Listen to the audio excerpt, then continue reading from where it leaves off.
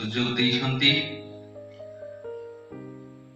ପ୍ରଭୁ ଯୀଶୁଙ୍କ ନାମରେ ପ୍ରତ୍ୟେକଙ୍କୁ ମୁଁ ନମସ୍କାର ଜଣାଏ। ଆଜିର ଏହି ବର୍ତ୍ତମାନ ଯୁଗରେ ଆମ୍ଭେମାନେ ଗୋଟିଏ ବିଷୟ କେବଳ ବିଶ୍ୱ ସାରା ଆଜି ଚହଳ ପଡ଼ିଯାଇଛି, ଯାହାକି ଆପଣମାନେ ସଠିକ ଭାବରେ ପୁନା ଅଧିକ ଭଲ ଭାବରେ ଆପଣମାନେ ଜାଣିଥିବେ, ଯାହାକି କରୋନାର ଆତଙ୍କ। ଏହି ବ୍ୟସ୍ତବହୁଳ ଯୁଗରେ ଆମ୍ଭେମାନେ ଏତେ ବ୍ୟସ୍ତ ହେଇଯାଇଛୁ, କାହାକୁ ଘରକୁ ଯିବା ପାଇଁ ମଧ୍ୟ ସମୟ ମିଳୁନାହିଁ, ଆଉ କାହାକୁ ଚର୍ଚ୍ଚ ଯିବା ପାଇଁ, ବାଇବଲ ପଢିବା ପାଇଁ, ପ୍ରାର୍ଥନା କରିବା ପାଇଁ ମଧ୍ୟ ସମୟ ମିଳୁନାହିଁ। ଏହିପରି ଭାବରେ ଆମେ ଏହି ବ୍ୟସ୍ତବହୁଳ ଯୁଗରେ ବାସ କରୁଛୁ। ଏହା ମଧ୍ୟରେ ମତେ ଗୋଟିଏ ବିଷୟ ମନେ ପଡେ। ଦୁଇ ଜଣ ମୋର ବନ୍ଧୁ ଆମମାନେ ଇଭିନିଂ ୱାକରେ ଗଲାବେଳେ ସେମାନେ କହୁଥିଲେ, ପରସ୍ପର ଆମମାନେ କଥୋପକଥନ କରୁଥିଲୁ ଯେ ଭାଇ ତମେ ଟିକେ ଆସ ଆମମାନେ ବୁଲି ଯିବା। ଆଉ ଜଣେ ଭାଇ କହିଲେ ମତେ ବୁଲି ବୁଲି ବହୁତ ବ୍ୟସ୍ତ ଲାଗିଲାଣି। ଯେ ଘରେ ଥିବା ଭାଇ ସେ ଜଣେ କହୁଛନ୍ତି, ଭାଇ ଲକଡାଉନ ସଟଡାଉନରେ ମୁଁ ଘରେ ବସି ବସି ମତେ ବହୁତ ବିରକ୍ତି ଲାଗିଲାଣି। କେତେବେଳେ ମୁଁ ଟିକେ ବାହାରକୁ ଯିବି, ଏହା ଚାହୁଁଥିଲି ଯାହା ତମମାନେ ଆସିଲ ଆମମାନେ ଟିକେ ବୁଲି ଯିବା। ଆଉ ଜଣେ ବନ୍ଧୁ କହୁଛନ୍ତି କି ଭାଇ ମୁଁ 12ଟା ପର୍ଯ୍ୟନ୍ତ ଏତେ ବୁଲି ବୁଲି ବ୍ୟସ୍ତ ଯେ ମୁଁ କେତେବେଳେ ଘରକୁ ଯାଇ ବିଶ୍ରାମ ନେବି ତାହା ମୁଁ ଭାବୁଥିଲି। ଏହିପରି ଭାବରେ କଥୋପକଥନ ମଧ୍ୟରେ ମୁଁ ଆକୁ ନଉଥିଲି ତାକୁ ନଉଥିଲି, ଆଉ ଚିନ୍ତା କରୁଥିଲି ଆରେ ଜଣେ ବସି ବସି ବିରକ୍ତ, ଆଉ ଜଣେ ବୁଲି ବୁଲି ବିରକ୍ତ, ମାନେ କେମିତି ଅବସ୍ଥା ଆସିଲା ଆମମାନଙ୍କର।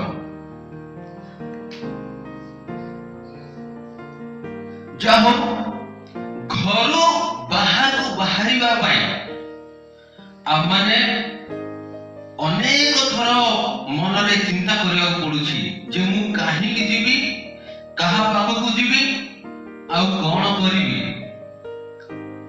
ଏହି ପ୍ରଶ୍ନର ଉଙ୍କି ଆମମାନଙ୍କ ମଧ୍ୟରେ ଅନେକ ଥର ଉଠୁଛି। ଆଉ ସେଥିପାଇଁ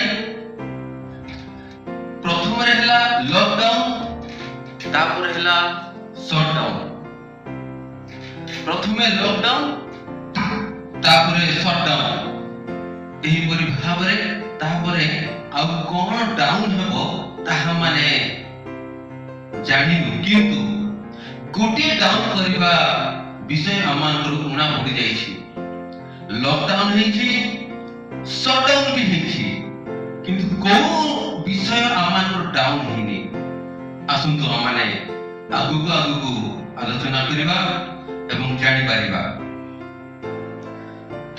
এই বর্তমান যুগরে প্রযুক্তি বিদ্যা, বিজ্ঞান বিদ্যা এতে মাত্রায় বঢ়ি চালিলানি যে ঈশ্বর কেହି নাহাନ୍ତି ବୋଲି ଅନେକ ଜ୍ଞାନୀ ବିଜ୍ଞାନୀ ମାନେ ସେମାନେ ପ୍ରମାଣ କରିବାରେ ଲାଗିଛନ୍ତି।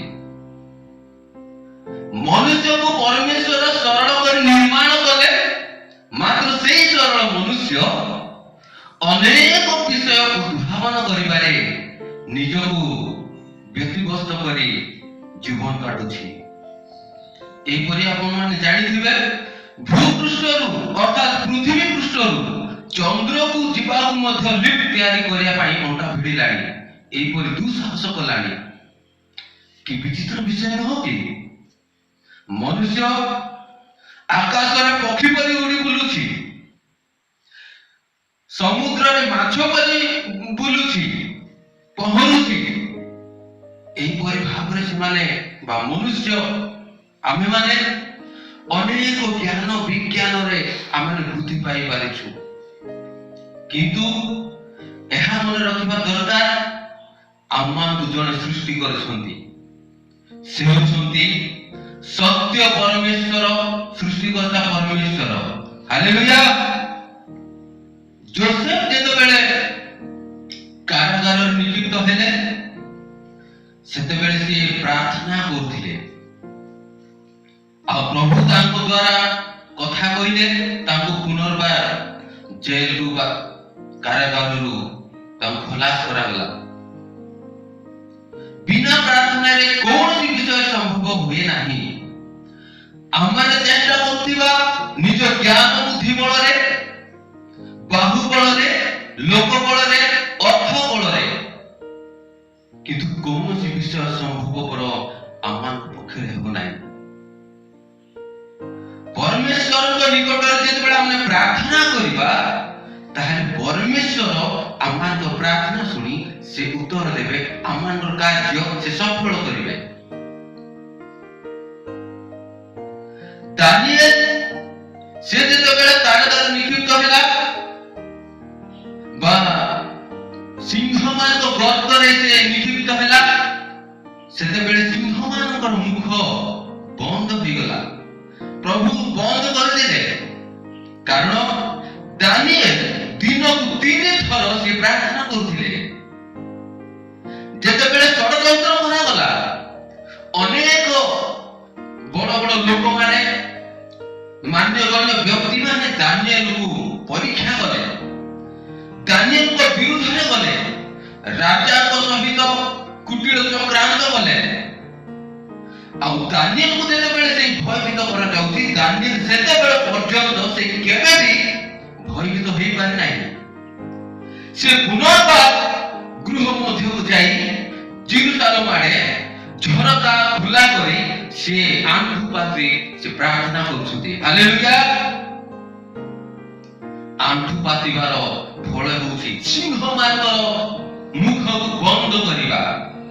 प्रभु परमेश्वर, सत्य परमेश्वर, से सृष्टिकर्ता परमेश्वर, से एही कोई कार्य साधन करिया परमेश्वर। हालेलुया। प्रार्थना करिबार आउ गोटे विषय, अनेक विषय मध्य गोटे विषय देखिबा। जोहन को भाई याकूब एवं पीतर हेरोद राजा को कारागार रे जेतेबेले से माने बंदी हेले सेतेबेले याकूब को हत्या करा गला, पीतर को बंदी रखा गला।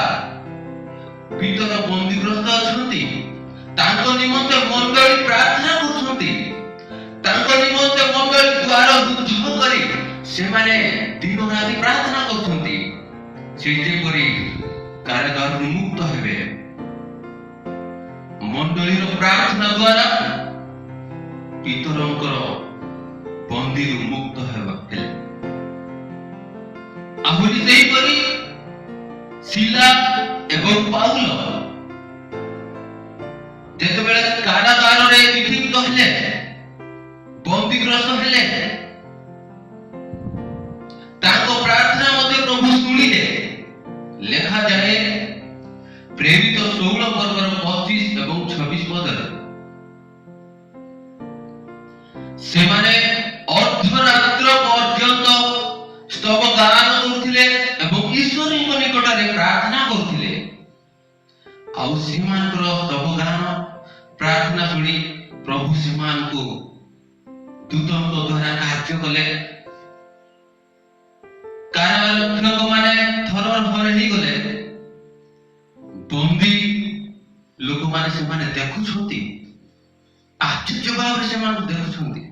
से माने स्तव गान, से माने प्रार्थना ईश्वर को थामुरे उठी ईश्वर को आश्चर्य कार्य साधन करबा से माने देखि पारले। एही परि भाव रे आमाने प्रार्थना करिबा, प्रार्थना करबा द्वारा परमेश्वर आमानकर प्रार्थना सुनिबे एवं आश्चर्य कार्य साधन करिवे। आमाने लॉकडाउन सुनिथिलु, तापर हैला शटडाउन, किंतु आमानकर गोटे विषय डाउन होबा दरकार, जहा कि नील डाउन।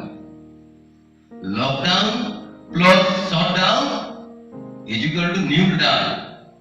ताहेले परमेश्वर आमानकर एही नील डाउन बा आंठु बातिबा द्वारा तांको निकटे प्रार्थना करबा द्वारा आमानकर एई भयग्रस्त जीवन को से सफल करिवे, से साहस प्रदान करिवे। से कहउछथि साहस धर, भय कर नाही, मु तुममान संगरे अछि। प्रभु आमान को आशीर्वाद करंतु। आमान अनेक थर आमाने सुनिथिबा, आमाने अनेक विषय आमाने सुनिछु, आमान को समय मिलिछि, आमाने देखिबा आमानकर उठिबा ठारू सोइबा पर्यंत जदि आमाने आमानकर समय देखिबा ताले आमाने कोन करछु दिन सारा। सकाळ उठिबा ठारू पुनर्बार आमाने रात्रि रे शयन करिबा पर्यंत देखंतु समय नष्ट होउछि।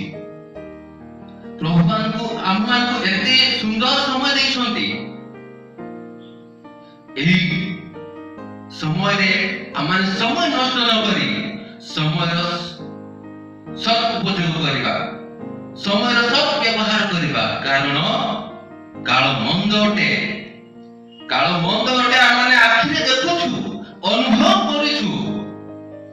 घर बाहर बाहर पारु, चर्च जाय पारु, लोकमान सहित सहभागिता मिलुनी हमकु। देखंतु समय केते मंद, काल मंद अटे। सेति भाई आमान समय नष्ट करिबा नै। एई सुवर्ण सुजोग, एई सुवर्ण सुजोग रे आमाने बाइबल पढिबा, प्रार्थना करिबा। प्रार्थना किपरि करिबा? कहा काहू मिनिट 2 मिनिट 5 मिनिट प्रार्थना कले विरत हो जाते। किंतु आपण माने प्रार्थना करंतु। जो माने आपण मानकर निकट रे प्रार्थना अनुरोध करछंती, प्रार्थना करिवार केतेक प्रणाली मु संक्षिप्त भाव रे कहि। बाइबल रे प्रभु मध्ये कहिसंती पृथ्वी पाई बा देश पाई शासन कर्ता मानको पाई सेमान पाई प्रार्थना करंतु। जो माने असुस्थ सेमान पाई प्रार्थना करंतु। जो माने तुम निकट रे बा तुम प्रार्थना अनुरोध जणैछंती सेमानकर नाम लेखा रखी सेमानकर निमंते आंठु पकी आपण माने प्रार्थना करंतु।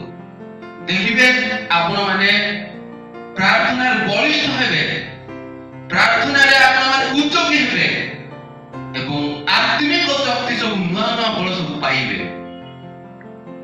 निजକୁ प्रथमे समर्पण କରିବା ଦରକାର ଏବଂ ଯେଉଁମାନେ ପ୍ରାର୍ଥନା କରୁଛନ୍ତି ସେମାନଙ୍କ ପାଇଁ ପ୍ରାର୍ଥନା କରିବା। ନିଜ ପରିବାର ପାଇଁ ପ୍ରାର୍ଥନା କରନ୍ତୁ ଏବଂ ନିଜର କ୍ୟାରିୟର ପାଇଁ ପ୍ରାର୍ଥନା କରନ୍ତୁ, ନିଜ ଜୀବନ ପାଇଁ ପ୍ରାର୍ଥନା କରନ୍ତୁ।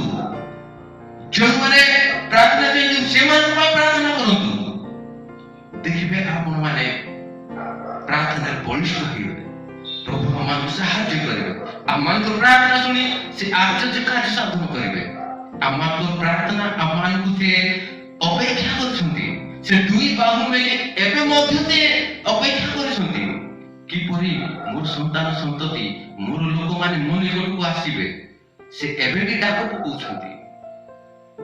ସେଥିପାଇଁ ଆମମାନେ ସମୟକୁ ନଷ୍ଟ କରିବା ନାହିଁ, ସମୟର ସଦ୍ବ୍ୟବହାର କର, କାରଣ କାଳ ମନ୍ଦ ଅଟେ। ଆଉ ଏହି ସୁବର୍ଣ୍ଣ ସୁଯୋଗରେ ଆମମାନଙ୍କର ଗୋଟିଏ ବିଷୟ କରିବା ଦରକାର। ଯଦି ଆପଣ ମାନେ ବାଇବଲ ପଢୁନଥିଲେ ଏବେ ବାଇବଲ ପଢନ୍ତୁ, ପ୍ରାର୍ଥନା କରନ୍ତୁ, ଦେଖିବେ ଆତ୍ମିକ ବଳ ଶକ୍ତିରେ ଆପଣ ମାନେ ବଳିଷ୍ଠ ହେବେ, ନୂଆ ନୂଆ ବଳ ପାଇବେ।